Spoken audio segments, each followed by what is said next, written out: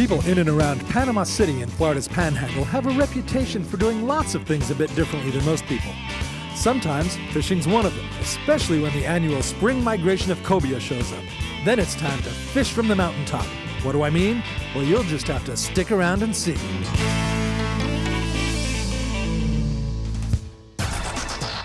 Got him on!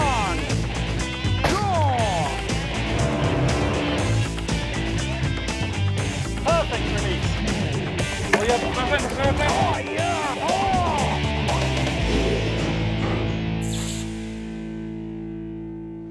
Hello, welcome to Sport Fishing Magazine TV. I'm your host, Dean Travis Clark. This week we've come to Panama City, Florida at the height of Cobia season. Cobia fishing here isn't like anything you've ever seen. It's acrobatic, it's fast, it's dramatic, it's even chaotic, and you're gonna love every exciting minute of it. Also this week on Sport Fishing Magazine TV, Captain Pat Deneen explains the rigging and technique oddities of panhandle cobia fishing. And Dr. Bob Schiff tells you lots you didn't know about cobia. All from picturesque Panama City, Florida. Cobia fishing allows you to start at a civilized hour, like anytime after sunrise. Yo, morning. Hey, Dean, good morning. How you doing? Great, how you doing, bud? Ready to go fishing? I'm on my way. The Spanish mackerel fishermen are already out this morning. The cobia often come right into shore too. One of the most common lures for cobia, what the locals call ling, is a simple lead head jig. Captain Pat Deneen has some other ideas for us though in this week's Rigging and Technique department.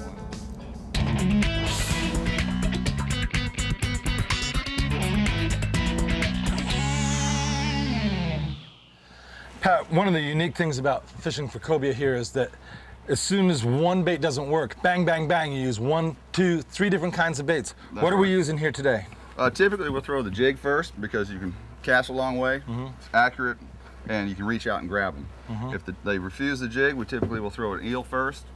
And if they refuse the eel, it's good to have a variety of minnow baits like this mingo snapper or a pinfish, ruby red lip, something like that. And you keep all of that up on the tower. Well, you keep the eels up top and the minnows in the live well back on the back deck because they won't stay in a bucket. Right, so Pat, we're up in the tower because we're sight fishing, right? We're not trolling for these cobia. So you and Captain Jeff's fabulous eyesight pick out these cobia, then what happened? You hook the fish from the tower and then you bring the rod to the back deck. And it's fairly dangerous coming down the tower with one hand on a rod and one hand on the tower. It's dangerous enough coming down from the tower, period. Absolutely, it's a long way down. We've got this pulley system. Hook the fish up, clip the reel to the clip, drive away from it, keep tight with the line, and down she comes. Now, while it's coming down, the angler's coming down. That's right. And hopefully they meet down here, unclip the rod, and fight the fish. That's exactly right. Now you're on the back deck, fish on. You see lots of much smaller boats than this classic Hatteras out there sight fishing for cobia. Some actually have step ladders tied to the deck, with an angler riding along, standing on the ladder for greater fish finding visibility. Fortunately for me, I get to ride in the relative comfort of a big boat with a top-notch crew. We're gonna have 2 eel rods and 2 jig rods up top. The eel rod's got a bucket for the eel and a holder for the rod, for each of them. In your hand, you hold that jig rod in case, that way you got your finger on the trigger ready to cast. We're gonna be fishing west, and the fish are swimming the same way we're gonna be running initially. So we should come up from behind the fish. So basically, we'll just have to take it out of gear, ease up behind them, and set up on them. So you're casting over their shoulders and dropping it in front of them? Yeah, you cast beyond them and maybe 10 feet ahead of them. That way you can bring the jig across their face. And it's you know, like Jack Crevalle's, you work that jig really hard, or amberjacks. These guys, you just kind of hop it, you know, bounce, bounce, bounce. They've got some pretty tough mouths. When they bite it, set up on them, 2 or 3 really good hard hook sets. You know, and then once we got control of the fish, we'll send it down the pulley system. It's not hard to see fish in water just barely deep enough for our boat, especially when you're looking down from about 30 feet in the air. Tell you what, Dean, you might want to stow that jig rod and grab that eel rod. The view might be good from up here, but this tower certainly wasn't designed for 3 large men fishing and casting at one time. Hey, Jeff, we got a fish. Hey. Throw an eel on him. Come on. Despite how much I fish, it's easy to feel clumsy when you fish a way you've never tried before. Jig the eel too? No, you're not want to reel that back up and let that fish come up again. And like shooting from a height, casting from this height takes some practice to get accurate too. There he is, right here, Dean.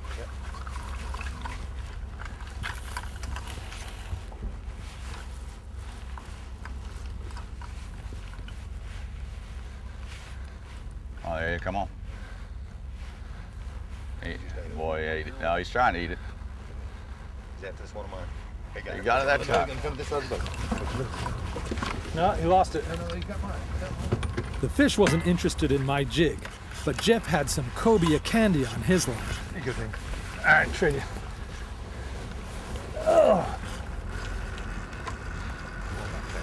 Oh, man. That's some pull. Holy moly. All right, Now we're going to get attach thing down. this to the line or what? Yeah, we're not yet though. Well, yeah, we need to get Good him shape around the other side of the boat, Good man. shape here. Well, he keeps following your bow. He came after the eel and had it in its mouth. That was mine, yeah. Yeah. Oh, you had an eel too? Yeah, that was mine. Oh, I thought you were throwing the jig. Keep tight. I'm tight, I'm tight. All right, no, let's send it down. Go on down, Dean. Okay, coming down. People with an unreasonable fear of heights should probably not try this fishing technique. Wait in the cockpit for the rod to fly down to you and take it from there. The cobia here averaged from 20 to 50 pounds, though all day long I heard about fish close to 100 pounds being caught. All right, Pat, we got him. Well, now that's an interesting exercise, Pat. It's sort of a crapshoot when you have everybody casting at it to see whose line it's going to When take. it's your first fish, it's there's just a little bit of chaos right there. But the main thing is we're about to take this fish, Lord willing, and life is good right now. Yeah. Reel down on the fish, all the way down. There you go, right there. Now, don't reel on him anymore. Don't reel on him anymore. There you go. That's right. That's fine. Just right. Just right. We just don't want to get him any more than about 6 or 7 foot from the tip. Just gonna lead him right over here. I got the rod. Reel down on him. Reel down.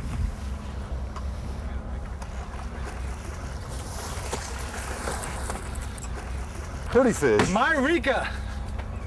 This 30-pounder. Welcome aboard, baby. That's a big fish. Quality fish, guys.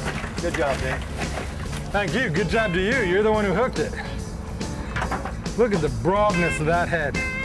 Thanks, pal. When we return, Dr. Bob Shipp will tell you some fascinating details about this unusual fish called cobia. Sport Fishing Magazine TV is presented by Mercury, #1 on the water. By Lowrance Electronics, we lead, we find, you win. By Fountain Powerboats, the world's fastest, smoothest, safest, best handling, and most dependable boats.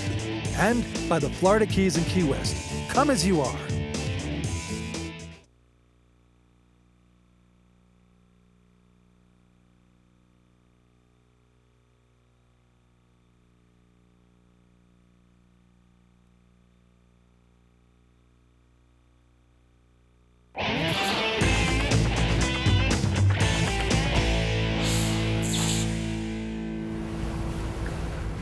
I see something right there. Something up on top? Yep, right on top. Could be a turtle.